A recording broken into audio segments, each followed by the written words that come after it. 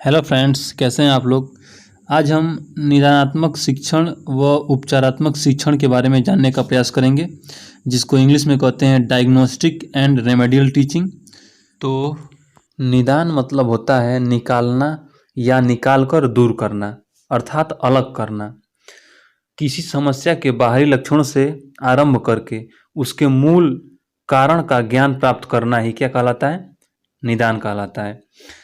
तो इसका मूल कारण या मूल समस्या क्या है, उसका पता लगाकर जब हम उसको दूर करते हैं, वही निदान कहलाता है। जैसे मान लीजिए एक छात्र है और एक छात्र में क्या अधिगम कमियां हैं या क्या अधिगम संबंधी त्रुटियां हैं, उन कमियों को जब हम पता लगा लेते हैं तो जब हम उसको दूर करते हैं तो क्या कहलाता है? निदान कहलाता है। तो वही जो शिक्षण होता है क्या कहलाता है? निदानात्मक शिक्षण कहलाता है। निदान को इंग्लिश में कहते हैं डायग्नोसिस, अर्थात ढूंढकर मूल कारण तक पहुंचना और उसको दूर करना या निकालना।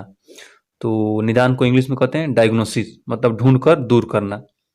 उपचार मतलब होता है देकर सही करना। उप मतलब होता है समीप या पास, और चार मतलब क्या होता है? आचार, विचार या ज्ञान, अर्थात अपना ज्ञान या अपना विचार या अपना आचरण दूसरे को देकर, मतलब दूसरे के समीप लाकर, मतलब पास देकर उसके क्या करना? उसको दूर करना किसी समस्या को। ठीक है। जैसे वह पदार्थ या प्रक्रिया जो रोग या समस्या से मुक्ति प्रदान कराते हैं या करते हैं, वो क्या कहलाता है? उपचार कहलाता है।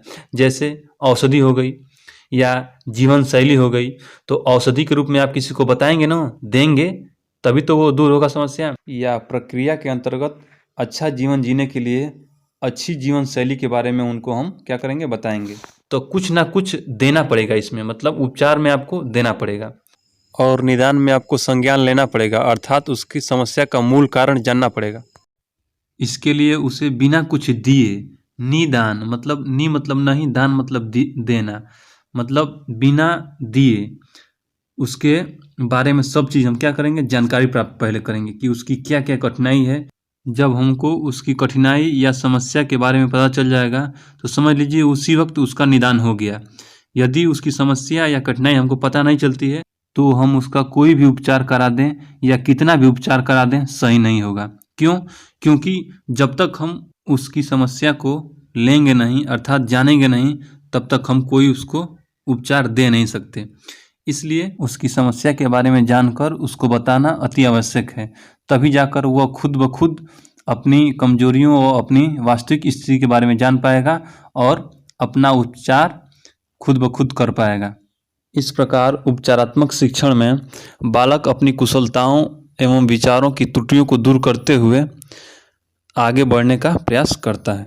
निदानात्मक शिक्षण में शिक्षक को ज़्यादा ज्ञान प्राप्त होता है। क्यों? क्योंकि वह बालक की समस्याओं को हल करने के लिए विभिन्न प्रयास करता रहता है। उपचारात्मक शिक्षण में शिक्षक के साथ बालक को भी ज्ञान प्राप्त होता है। क्यों?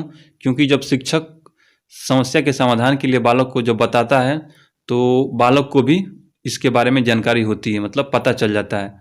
इस प्रकार वह बालक जो उपचार अपनाए रहता है, कभी समस्या पड़ने पर या किसी दूसरे की समस्या पड़ने पर वही उपचार बताने की कोशिश करता है।